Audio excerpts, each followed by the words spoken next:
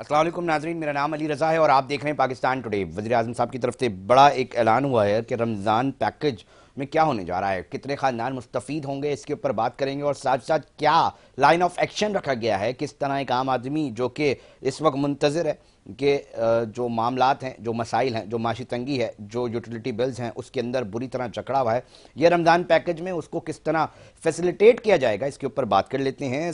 Senator Ghaus Mohammad साहब मुस्लिम league नून के रहनुमा हैं, उन्होंने हमें टेलीफोन लाइन पे ज्वाइन किया। बहुत शुक्रिया सर टाइम देने के लिए। थोड़ा सा बताइएगा, रमज़ान पैकेज और इस तरह के मुख्तलिफ पैकेजेस निकलते हैं, बहुत सारे मामलात उसके अंदर दिखाई देते हैं। कभी लोग मुखालिफिन कहते हैं जनाब देखें जी मिस मैनेज हो गया, कहीं ये कहते हैं कि जनाब जो एक मुस्तहिक जो था उस तक नहीं पहुंच सका। ये बहुत सारे बैरियर्स होते हैं, एक बहुत बड़े चैलेंजेस होते हैं, किस तरह मैनेज करेंगे और किस तरह डिलीवरी को मुमकिन बनाया जाएगा? देखें जी, रमज़ान पैकेज का पहली बात अच्छा है कि इतना रमज़ान पैकेज इतनी अमाउंट का कभी किसी ने नहीं दिया, किसी हुकूमत ने। हमने भी उस वक्त पहले अपनी हुकूमत दिया था कि अब उससे डबल ट्रिपल हो गया है। तो हम आवाम को ये सबसे बड़ी जो वजह है उसकी ये होगी कि सबसे बड़ी जो उसकी एडवांटेज है कि एक आम गरीब बंदे को रमज़ान के अंदर जो है वो हर चीज़ उसकी तहरीर पे मिलेगी। और फिर वो ज़ाहिर है रमज़ान में हर चीज़ की वो कुछ शार्टेज हो रही थी तो उसको ओवरकम करने में मदद मिलेगी। तो ये एक गवर्नमेंट का अच्छा इनिशिएटिव है। सर इनिशिएटिव तो बहुत अच्छे होते हैं, मगर जब आप उसको ग्राउंड के ऊपर इम्प्लीमेंट कराने जाते हैं तो आपके सामने है सर यूटिलिटी स्टोर्स। बहुत अच्छा मकसद था, मगर आप समझते हैं यूटिलिटी स्टोर्स ने वो कारामद रहे उतने कि जितने बनने चाहिए थे। इन तमाम चीज़ों को देखा कैसे जा रहा है, स्ट्रैटेजी क्या है सर? हमारे नाजरीन वो जानना चाहेंगे। नहीं, उसमें देखो ना, उसमें आप क्या क्वेश्चन में आप क्या यूटिलिटी स्टोर के मुताबिक आपने क्या पूछा? मैं यूटिलिटी स्टोर्स के ऊपर भी फिर ये बहस होने लगी कि जनाब कहीं वहां पर जो मामलात है, जो सामान है वही गायब होता था, वो पीछे से बिक जाता था ब्लैक मार्केट के ये अंदर। बिल्कुल आपकी बात ठीक है। जब इतने अरबों रुपए पे प्रोजेक्ट होता है तो जाहिर है उसमें थोड़ा बहुत जोरदारी होती है उसमें। उस पे पीछे जब हमारे 2022 में हमारी हुकूमत आई थी तो 70-80 रुपए का पैकेट दिया था, मैं आटा दिया था, सब कुछ दिया था। उसमें थोड़ा सा 15% उसमें ज़ाहिर है कि उसमें एक वो मिसमैनेज हुआ था, या समझो कुछ चोरी हो गई थी या एक करप्शन हो गई थी। लेकिन कम अज कम 80% तो लोगों को, या 85% लोगों को तो मिल गया था ना।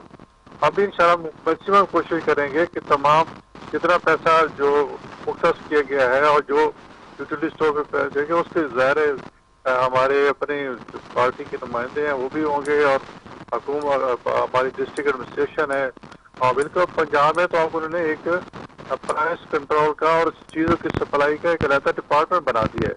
ओके। पूरी एक सर्कल है, तो कुछ चीज़ों यहाँ रमज़ान में वो पैकेज अपना प्राइस कंट्रोल करेंगे, वहाँ ये रमज़ान पैकेज की जो शफाफियत है उसको भी रखेगी। क्योंकि गौस मोहम्मद साहब एक बड़ा मसला होता है रमज़ान में, दुनिया भर के अंदर जब कोई ऐसे मजहबी इवेंट्स आते हैं ना तो खुसूसी रियायत दी जाती है दुनिया भर में, मुहज़्ज़म माशरों के अंदर, पढ़े लिखे माशरों के अंदर, कह लें जी फर्स्ट वर्ल्ड के अंदर। मगर हम बदकिस्मती है, कहने को बड़े अच्छे मुसलमान हैं, सुपीरियरिटी कॉम्प्लेक्स का शिकार नेशन है, मगर जब कोई भी ऐसा मजहबी इवेंट आता है तो हम देखते हैं कि जी वो कीमतें दुगनी और तिगनी हो जाती है। कौन कसूरवार है? इंतजामिया तो होती है, बावजूद इसके ये तमाम चीज़ें माशरे के ऊपर भी आती है। जिम्मेदारी कहाँ, कौन नेग्लिजेंसी दिखा जाता है, कौन कहाँ काम नहीं कर पाता कि पूरे पाकिस्तान के अंदर हम ये शिकायत सुन रहे होते हैं कि जी आसमान पर चली गई हैं कीमतें।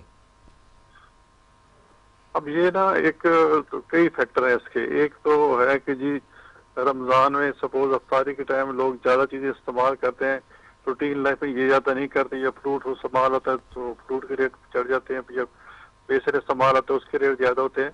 और सप्लाई डिमांड में चूँकि फर्क थोड़ा सा बढ़ जाता है तो ताजर आज़ाद महंगाई कर देते हैं और चीज़ों के रेट ज़्यादा बढ़ा देते हैं। लेकिन मिन हैसल कौम जो है ना, हमें अखलाकियात अपनी ठीक करनी चाहिए, हमें किसी की मजबूरी का फायदा नहीं उठाना चाहिए। हमें तो चीजें वो सर ये कैसे पहले मुमकिन फरमा है कि दिया कि दुनिया में सस्ती जब चीजें दीगर होनी चाहिए। ममालिक, सर दुनिया में दीगर ममालिक मजहबी इवेंट्स आते हैं, हर एक एक दुकान के अंदर जो है आप देख रहे होते हैं सेल्स लग रही होती हैं, जी ये कीमत इतनी कर दी और इतनी कर दी, मगर बदकिस्मती है हमारे मुल्क में کہ جی رمضان آتا ہے تو ہر چیز کی قیمت جو ہے اس کے اوپر پر لگ جاتے ہیں. سر وجہ کیا ہے, اس کی بنیادی وجوہات کیا ہیں, آپ کیا سمجھتے ہیں؟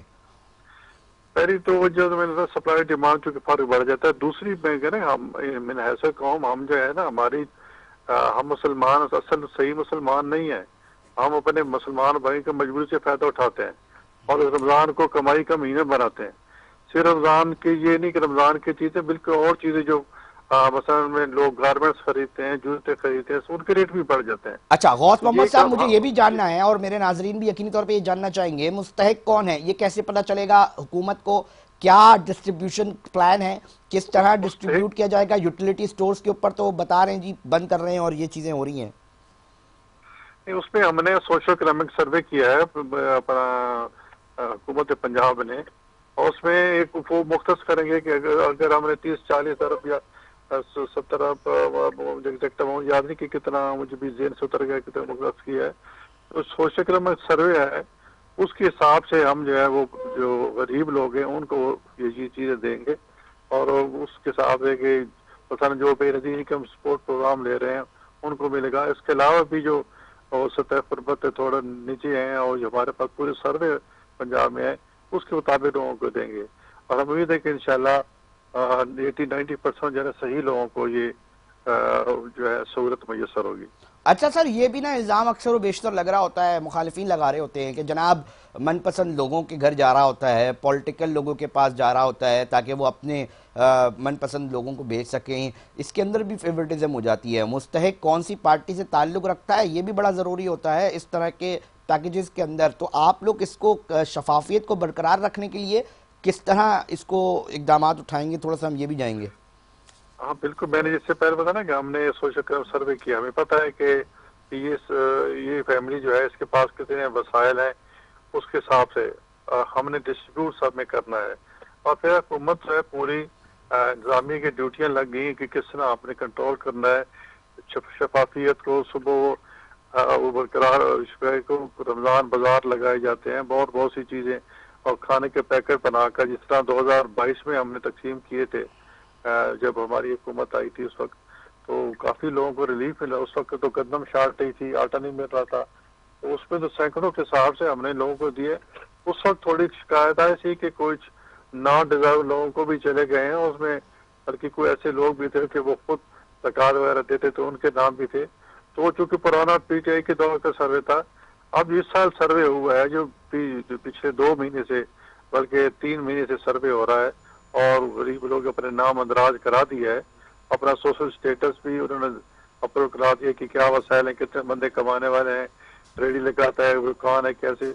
تو اس کے حساب سے چلیں جی, اچھا اقدام ہے. غوث محمد صاحب بہت شکریہ, سینیٹر تھے مسلم لیگ نون کے, اور اس اہم پیکج کے حوالے سے جو ہے وہ تفصیلات بتا رہے تھے. ناظرین, پروگرام میں وقت ہوا ایک بریک کا, مگر ساتھ جڑے رہیے, کچھ اہم سٹوریز ہے اس کے اوپر بھی بات کریں گے.